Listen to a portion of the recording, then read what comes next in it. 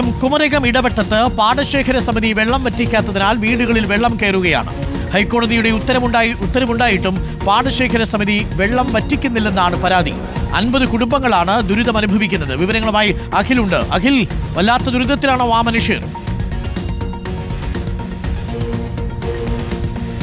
തീർച്ചയായും അരുൺകുമാർ, കാരണം വലിയ ദുരിതമാണ്, വലിയ വെള്ളക്കെട്ടാണെന്നാണ്. അതായത് കുറച്ച് മാസങ്ങളായി ഈ അവസ്ഥയിലാണ് ഈ പ്രദേശം എന്നുള്ള കാര്യമാണ് ഇവർ പറയുന്നത്. നമുക്ക് ഇവിടെ ദൃശ്യങ്ങളിൽ തന്നെ വ്യക്തമാണ് ആ ഒരു വെള്ളത്തിന്റെ കളറിൽ നിന്നൊക്കെ തന്നെ എത്രത്തോളം ദുരിതമാണെന്ന് അറിയാൻ സാധിക്കും. ഒരുപക്ഷെ കുറച്ച് ഇങ്ങോട്ട് നീങ്ങിക്കഴിഞ്ഞാൽ അവിടെ ഈ വിദ്യാർത്ഥികളെ കൊണ്ട്, കുട്ടികളെ കൊണ്ട് അവർക്ക് ഈ വീടിന്റെ മുറ്റത്തിറങ്ങി കളിക്കാൻ കഴിയില്ല. അപ്പോൾ മറ്റു മാർഗ്ഗങ്ങളില്ല. അപ്പോൾ വിനോദത്തിന് വേണ്ടി മീൻ പിടിക്കുക എന്നുള്ളത് മാത്രമാണ്. അതായത് വീടിന് മുൻപിൽ മുഴുവൻ വെള്ളമാണ്, വെള്ളത്തിൽ മീനുകളാണ്. അപ്പോൾ ഈ മീൻ പിടിക്കുക എന്നുള്ള അവസ്ഥ അത്ര, അതായത് കുട്ടികൾക്കൊന്നും ഇറങ്ങി കളിക്കാൻ പോലും കഴിയുന്നില്ല എന്നുള്ളതാണ്. ഈ മറുവശത്തേക്ക് വരിക ഇവർ യാത്രാമാർഗമുണ്ട്. അതായത് ഈ പോളകൾ നിറഞ്ഞു നിൽക്കുന്നതിന് നടുവിലൂടെ ഒരു വെള്ളക്കെട്ട് വെള്ളം കാണാം. ഇത് ചാലോ തോടോ ഒന്നുമല്ല, ഇത് ഈ പ്രദേശത്തേക്ക് വരാനുള്ള വഴി മാർഗമാണ് എന്നുള്ളതാണ്. പക്ഷേ അത് മുഴുവൻ വെള്ളക്കെട്ടാണ്. വെള്ളം ഉപയോഗിച്ച്, അതായത് വള്ളത്തിലൂടെ മാത്രമാണ് ഇവർക്ക് ഇതിന് പുറത്തേക്ക് കടക്കാൻ കഴിയുക എന്നുള്ളത് ഇന്നൊന്നിലെ തുടങ്ങിയതല്ല എന്നുള്ള ഏറ്റവും പ്രധാനപ്പെട്ട കാര്യം എന്നാണ്. ജില്ലാ ഭരണകൂടത്തിന് പോലും കൃത്യമായ നിർദ്ദേശം ആ ഹൈക്കോടതിയുടെ വിധിയിൽ കൃത്യമായി തന്നെ പറയുന്നുണ്ട്. അതായത് വെള്ളക്കെട്ട് ഒഴിവാക്കി നൽകണം, എത്രയും പെട്ടെന്ന് 12-ാം തീയതിക്ക് മുൻപ് വെള്ളക്കെട്ട് ഒഴിവാക്കി നൽകണം എന്നുള്ളതാണ് ആ ഓർഡറിൽ കൃത്യമായി പറയുന്നുണ്ട്.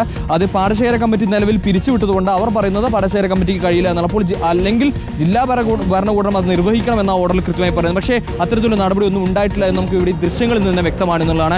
ഒരു നടപടിയും സ്വീകരിക്കുന്നില്ല എന്നുള്ളതാണ്. ഇല്ല, ഞങ്ങൾ 27/5 ഹൈക്കോടതിയിൽ ഓർഡർ വന്നായിരുന്നു.